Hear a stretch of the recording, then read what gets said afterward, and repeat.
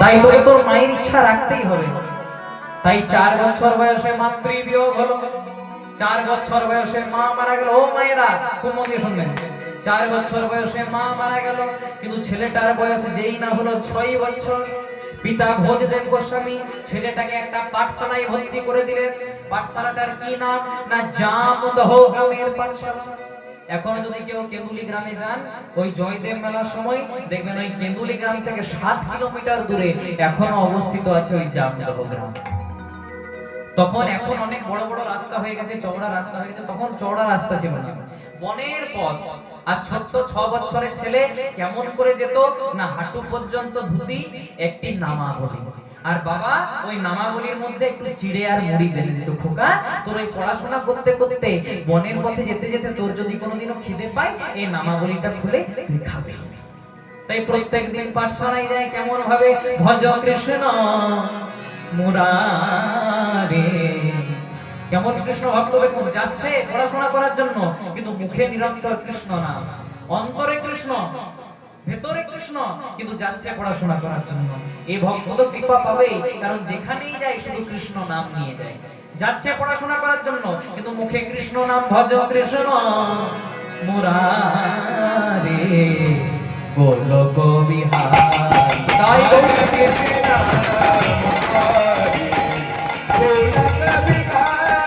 ভজ কৃষ্ণ মুরারে গোলক বিহার। ভজ কৃষ্ণ মুরারে গোলক বিহারে। অগতির গতি তুমি,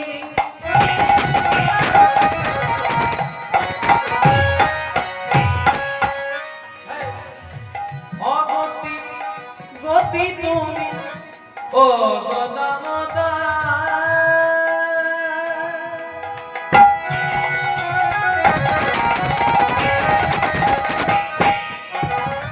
সর্বশক্তিময় তুমি, তুমি ইচ্ছাময়। অগতির গতি তুমি,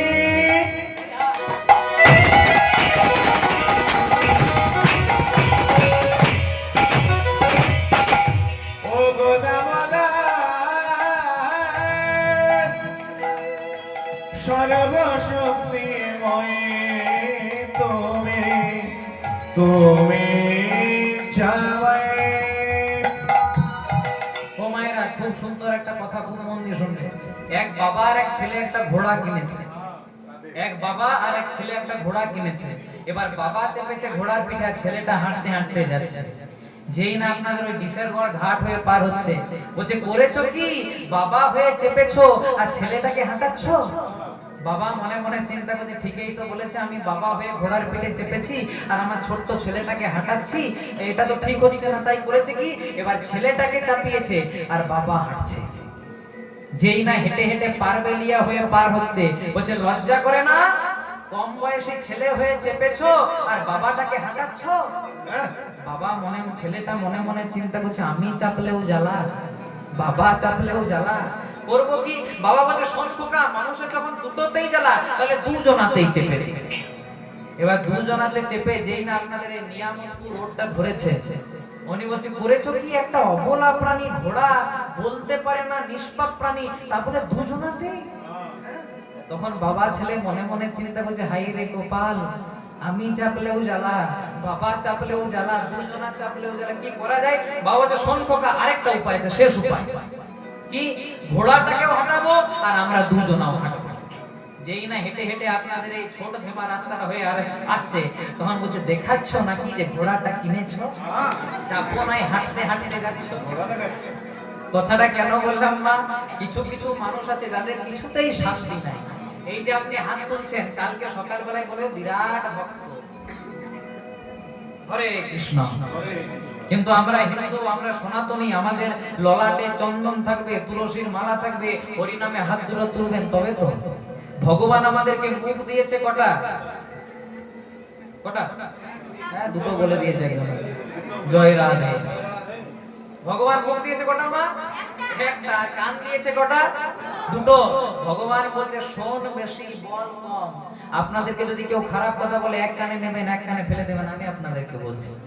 আরেকটা কথা আছে মা, বলে সৎ সঙ্গে স্বর্গবাস আর অসৎ সঙ্গে কলিযুগে বাবা নরকবাস নয়, অসৎ সঙ্গে পদে পদে সর্বনাশ। মনে করুন মা, আপনাদের বাড়িতে কোনো একটা বিষধর সর্প প্রবেশ করেছে, যার আঘাতে আপনার মৃত্যু পর্যন্ত হতে পারে, তাহলে সেই সর্পটা যদি আপনার বাড়িতে প্রবেশ করে কি করবেন?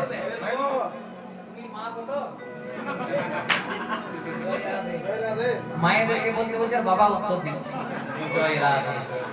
হ্যাঁ গো মা, যদি বিষধর সর্প প্রবেশ করে কি করবেন? হ্যাঁ, বিরাট মুখের পড়া মেরে দেবো। হ্যাঁ, আর যদি কেউ মা মনসার ভক্ত হয় তাড়িয়ে দেবে। আবার মনে করুন সেই সাপটাই যদি আপনাদের গ্রামে এই যে শিবের মন্দিরে উঠে শিবের মাথার উপর উঠে খেলা করে, কি করবেন? পূজা করব, প্রণাম করব, দুধ ঢালবো। কথাটা কেন বললাম? লোকেশন চেঞ্জ তো সিচুয়েশন চেঞ্জ। যখন আমার বাড়িতে সাপটি প্রবেশ করলো, রেজাল্ট মার্ডার বা তাড়িয়ে দিলাম। আর সেই সাপটাই যখন আমার শিবের মন্দিরে উঠলো, তখন কি করলাম? না পূজা করলাম, দুধ ঢাললাম। কথাটা কেন বললাম? এই সৎ সঙ্গ যদি করতে পারেন, তাহলে একদিন এই সৎ সঙ্গের টানে ভগবান দেখা দেবেন। আর সৎ সঙ্গের হাট আছে কোথায়? না এই যে আপনারা এত রাত্রি জেগে বসে আছেন কেন? আপনাদের তো গৃহে কর্ম আছে, অনেক কাজ ছেড়ে আপনারা এসেছেন। কেন এসেছেন? না একটু কিঞ্চিত ভগবানের কথা শ্রবণ করার জন্য, যে শ্রবণ করলে ভগবানের প্রাপ্তি হয়। তাই চলুন সেই নাম নিয়ে গাইবো। অগতির গতি তুমি উলুধ্বনি ও গোদাবাগা সর্বশক্তিময় তুমি তুমি চাওয়ায়। আর জয়দেব কেমন ভাবে যাচ্ছে? পিঞ্জর খুলে দিয়েছি। আপনারা তো সবাই যা কিছু বলার সবই বলে দিয়েছি। যারে যারে উড়ে যা, যারে যারে উড়ে যা। তাই বলে পিঞ্জর খুলে দিয়েছি, জগৎ খুলে দিয়েছি। যারে যারে উড়ে যা, যারে যারে উড়ে যা। আমি পিঞ্জর খুলে দিয়েছি, যা কিছু বলার সবই বলে দিয়েছি।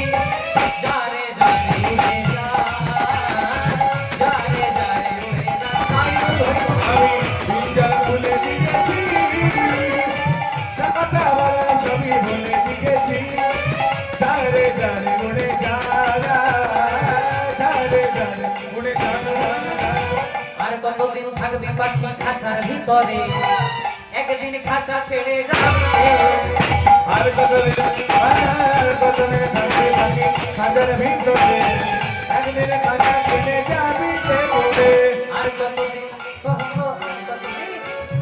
আর কতদিন থাকবি পাখি খাঁচার ভিতরে? একদিন খাঁচা ছেড়ে যাবে। আর কতদিন থাকবে থাকি খাঁচার ভিতরে, একদিন খাঁচা ছেড়ে যাবি বলে। দেখুন গানটা আধুনিক হলেও খুব ভালো, মানে তাই গাইছে। বলছে আমি পিঞ্জর খুলে দিয়েছি, মানে আমাদের এই 3.5 হাতের দেহ পিঞ্জর। পিঞ্জরের মধ্যে কি আছে? না প্রাণরূপী পাখি। যতক্ষণ শরীরের মধ্যে প্রাণ, ততক্ষণ আমাদের দাম। আর যখনই প্রাণটা শরীর থেকে বেরিয়ে যাবে, আপনার নাম অমুক, আমার নাম অমুক, এই নামে কেউ ডাকবে না। কেউ বলবে লাশ, কেউ বলবে ডেড বডি, কেউ বলবে মোরা। মেডিসিনের কারখানায় যখন একটা মেডিসিন তৈরি হয়, ঔষধের কারখানায় যখন একটা ঔষধ